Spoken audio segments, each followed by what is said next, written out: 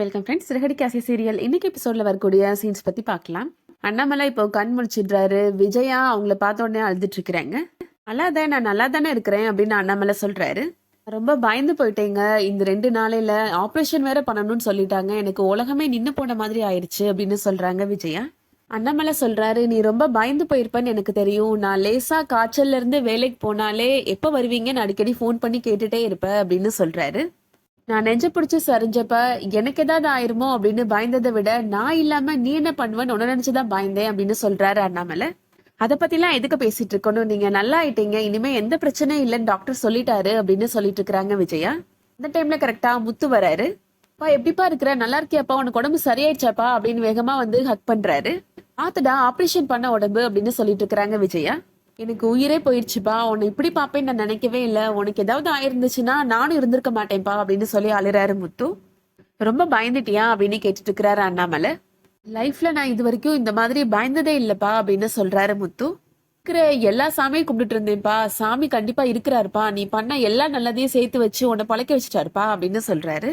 அடுத்ததா முத்து விஜயா கையில சாப்பாடு கொடுக்குறாரு. அவருக்கு சாப்பாடு கொடுக்கலாமான்னு தெரியலையே அப்படின்னு சொல்லிட்டு இருக்கிறாங்க விஜயா. அவருக்கு இல்ல, உங்களுக்கு தான் வாங்கிட்டு வந்திருக்கிறேன், நைட்ல இருந்து நீங்க சாப்பிடாம இருக்கிறீங்க, இப்படியே சாப்பிடாம இருந்தீங்கன்னா உடம்பு கெட்டு போயிரும் அப்படின்னு சொல்றாரு முத்து. நீ சாப்பிட விஜயா, நீயே சாப்பிடாம இருக்கிற அப்படின்னு சொல்லிட்டு இருக்கிறாரு அண்ணாமலை. எனக்கு ஏதாவது வேணுமாப்பா அப்படின்னு கேட்டுட்டு இருக்கிறாரு முத்து. எனக்கு எதுவும் வேணாம்ப்பா அப்படின்னு சொல்றாரு. விஜயா முத்து வாங்கி கொடுத்த சாப்பாடை சாப்பிட்டுட்டு இருக்கிறாங்க. அடுத்ததா அண்ணாமலையை டிஸ்சார்ஜ் பண்ணிட்டு வீட்டுக்கு கூட்டிட்டு போறாங்க. வீட்டுக்குள்ள போறதுக்கு முன்னாடி ரோகிணி ஆரத்தி எடுத்துட்டு இருக்கிறாங்க. முத்துட்ட அண்ணாமலை கேட்கிறாரு, இன்னும் எத்தனை நாள் தான் நீ வாடகை காரே ஓட்டிட்டு இருப்ப, இன்னும் உன் கார் ரெடி ஆகலையா அப்படின்னு கேட்கிறாரு. அதை பத்திலாம் அப்புறம் பேசிக்கலாம்ப்பா, நீ வீட்டுக்கு வாப்பா அப்படின்னு கூப்பிடுறாரு முத்து. டாக்டர் உன்னை படி ஏறக்கூடாதுன்னு சொல்லியிருக்காரேப்பா அப்படின்னு சொல்றாரு முத்து. வேணா ஏதாவது லிஃப்ட் வச்சிடலாமா அப்படின்னு கேட்டுட்டு இருக்கிறாரு முத்து. நான் வேணா உன்னை தூக்கிட்டு போட்டுமாப்பா அப்படின்னு கேட்கிறாரு. ஒரு மாடி தானே, இதெல்லாம் ஏறினா ஒன்னும் ஆகாது அப்படின்னு சொல்லிட்டு அண்ணாமலை ஏறி போறாரு.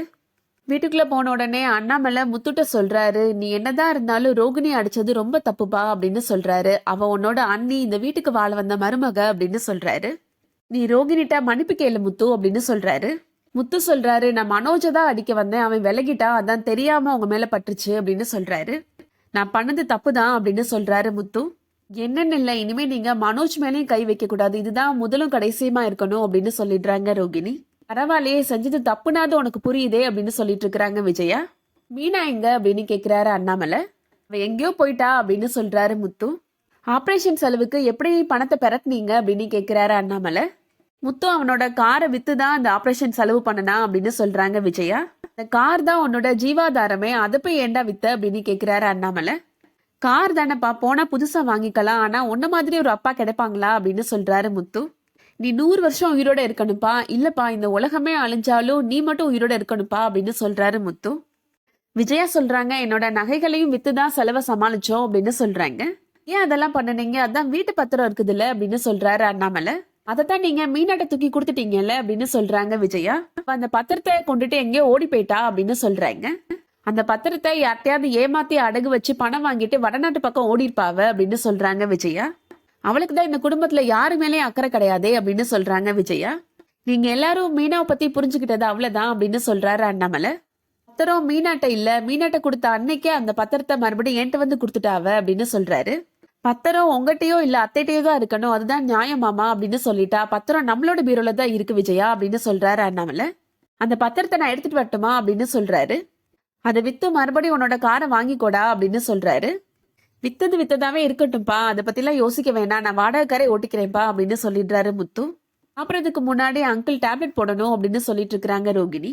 மீனா வந்தாதான் நான் டேப்லெட் போடுவேன் சாப்பிடுவேன் அப்படின்னு சொல்லிடுறாரு அண்ணாமலை.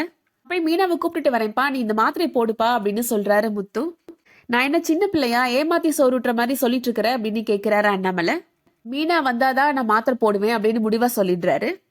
டேப்லெட்ஸ்ல பெயின் கில்லர்லாம் இருக்கு, இது போடலைன்னா மறுபடியும் செஸ்ட் பெயின் வந்துடும் அப்படின்னு சொல்றாங்க ரோகிணி. நான் போய் உடனே மீனாவை கூப்பிட்டு வரேன் அப்படின்னு சொல்லி கிளம்பி போறாரு முத்து.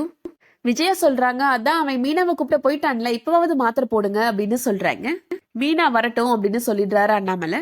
அடுத்ததா மீனா வீட்டுல நடக்கிறத காமிக்கிறாங்க. இன்னைக்கு கடைக்கு நானும் வரேம்மா, எனக்கு வீட்டுல இருந்து நான் என்னமா பண்ண போறேன் அப்படின்னு சொல்லிட்டு இருக்கிறாங்க மீனா. இன்னும் எத்தனை நாள் தான் நீ இங்க இருந்துட்டு இருப்ப அப்படின்னு கேக்குறாங்க மீனாவோட அம்மா. ஏமா இந்த வீட்டுல இருக்கிறதுக்கு எனக்கு உரிமை இல்லையாமா, இது என்னோட வீடு கிடையாதா அப்படின்னு கேக்குறாங்க மீனா. உனக்கு வாழ்க்கை ஃபுல்லா வீடுனா அது உன்னோட புருஷன் வீடு தானடி அப்படின்னு சொல்லிட்டு இருக்கிறாங்க மீனாவோட அம்மா. மாப்பிள்ளைட்ட மறுபடியும் பேசி சமாதானப்படுத்த பாரு அப்படின்னு சொல்றாங்க. ஏமா நான் அவர்கிட்ட திட்டு வாங்குறதுல உனக்கு என்னமா சந்தோஷம் அப்படின்னு கேட்டுட்டு இருக்கிறாங்க மீனா. இதையே எத்தனை நாளைக்கு தாண்டி சொல்லிட்டு இருப்ப அப்படின்னு மீனாவோட அம்மா கேக்குறாங்க.